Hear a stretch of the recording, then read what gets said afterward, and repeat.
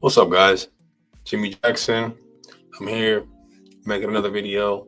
I'm on Grand Rapids, actually with Keller Williams, Grand Rapids North, and I am making a video on landlord nightmares, what you don't expect and what to watch for as a landlord. So, sorry. I'm gonna start the video off really quick by jumping straight into it. I've done, fix and flips with a business partner of mine. I've been a landlord as well and learned P's and Q's of being a landlord. I have lots of friends who rent properties themselves as well. And I've never had any issues personally. We had great people that were staying in the property that we resided in, but I know there's things people don't look for and don't to expect. And I've heard tons of horror stories. The property that we had, we rented out for a year just to make 12.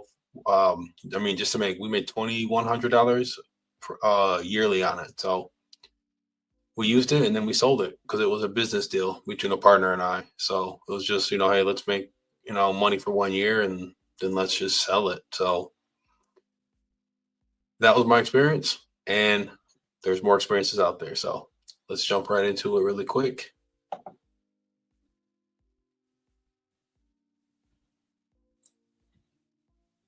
That's not what I wanted to put on stage. 5 big risks of owning rental property that every landlord should know. So I'm just going to go over some things really quick. From having a passive income to property appreciation, there are many benefits to owning a rental property, which everybody knows. You can buy a property and it can increase over time. You can buy a property, it can decrease over time, but you just have to remember that it's a risk. You can have cash flow, but sounds good, sounds great, but there's always a P's and Q's. Investing in an undesirable rental property. This may come as a surprise, but not all rental properties are created the same. A rental property that is not located in a good rental market uh, may have trouble attracting good tenants. These are things that you need to pay attention to. This may mean a loss of income due to the period of extended vacancy or extra costs associated with tenants not paying their rent on time. Damage to the property, just not even paying the rent at all. If your expenses can add up and they can exceed the income of your property, you are actually losing money. These are things that people need to make sure that they're paying attention to. If you have a mortgage on the property, your mortgage is your largest obligation. You must pay attention to that and the taxes. Keeping it up, the cost of considerations, all of this stuff. So you need to make sure that you calculate your cash flow correctly before you purchase the property or before you come up with the numbers of renting it out or anything. Like it says, make sure that you do your research. Look for factors that are important to tenants, when you're choosing the property, like where are they going to park? Where can they walk to? What are the rental properties around? Are the rental costs in the neighborhood? Think about if you would want to live there. You know what I mean? Don't just thinking about the money. Put yourself in that situation as well.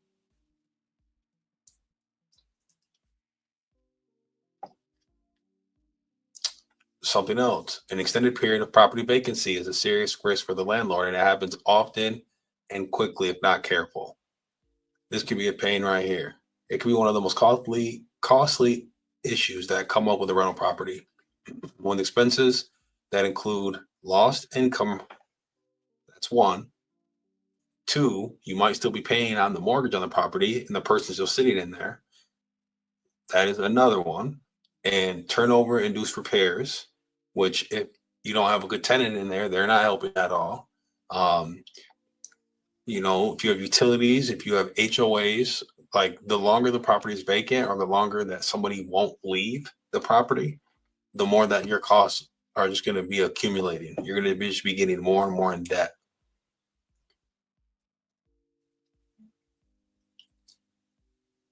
How to minimize this risk with respect to the property? Keep in mind that the market conditions of the area that you're considering, that's what I already talked about. Walkable grocery stores, schools, parks, neighborhoods. Economic downturn. An economic downturn is a risk that can be difficult to predict.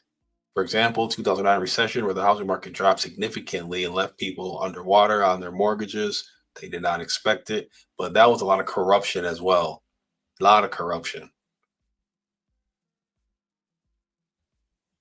And like when I say corruption, I mean like lenders were lying. They were doing predatory lending, not telling people, hey, did you know you have an interest only loan? Hey, did you know that you have an adjustable rate mortgage loan that just goes up every 5 years, or a fixed rate mortgage that goes into an adjustable rate mortgage, which is a hybrid adjustable rate mortgage?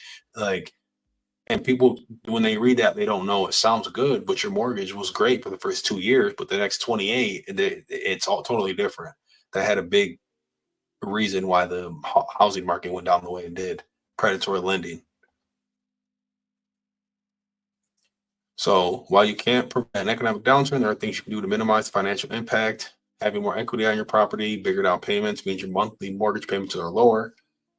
If the property is $100,000 and you put down 80,000, you're only going to be paying 20,000 over 30 years. Your payments are going to be like $100 a month. Do you want to put down 80,000? Can you afford to put down 80,000? The situations are always different. You put down a huge amount, your monthly payments, you know, so the risk isn't as high. If you put down 10,000, 10%, now you still owe 90% of the equity in that property. And you only own 10% of it. So monthly, if you're not paying and you fall behind, you're like, oh, I got to pay this home every month because I have a mortgage. And then don't forget, like I said earlier, insurance, taxes, what are the city ordinance rules, regulations on things, like things that you're going to have to pay every month. Unexpected maintenance, have money put away to the side. Insurance may cover some unexpected costs, but don't assume every item will be covered. Insurance companies are scams. They will try to run away from you as fast as they can. They're just big old scam buckets. Make sure you take before photos and after photos of when a tenant is going to move in. Make sure you do that and that you're budgeting correctly.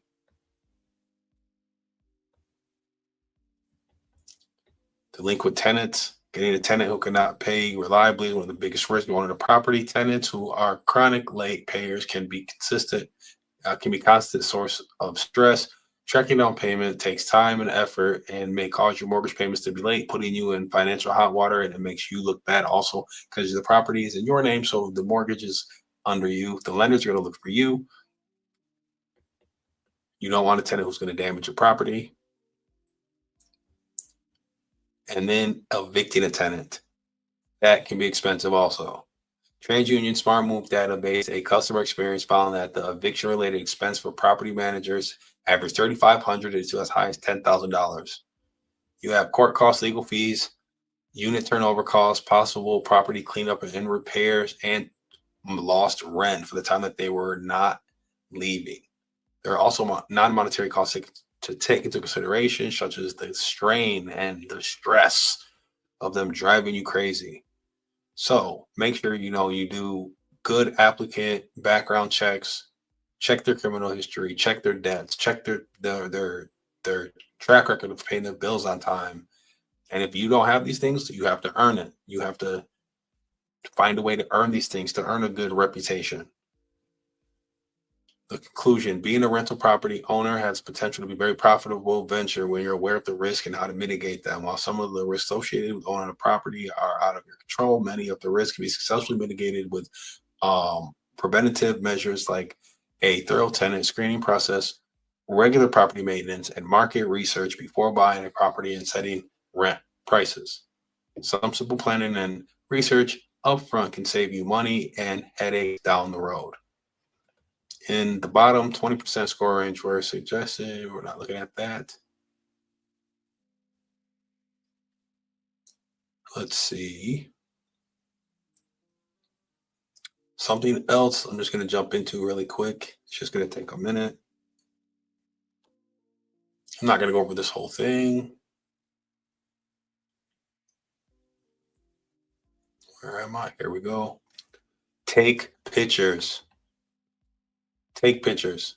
Landlords often frustrated with the extent of damages caused by departing tenants. Luckily, there are a number of steps a landlord can take to minimize or possibly even limit their frustration. Take pictures before they move in, during an inspection, after they move out, and after any property damage repair work takes place. These pictures will serve as tangible proof of any damages in courts or any claims. Do regular inspections, do periodic inspections to their units, collect the maximum security deposit allowable. So if they're not um, um, when they do leave, their security deposit will cover um, any repairs that you have to fix. You know what I mean? Make sure that you handle all security deposits properly. Just put them in an escrow account. Keep everything locked in there. That's what I would do. Put it in an escrow account and contact the police when appropriate. When the tenant intentionally or recklessly damages your property, the landlord's property, without any reasonable ground to believe that he or she has the right to do so, which unless the house is on fire and they had to break the window and jump out, they don't have really any reason to destroy your property. The tenant has committed a crime. Take these things into consideration.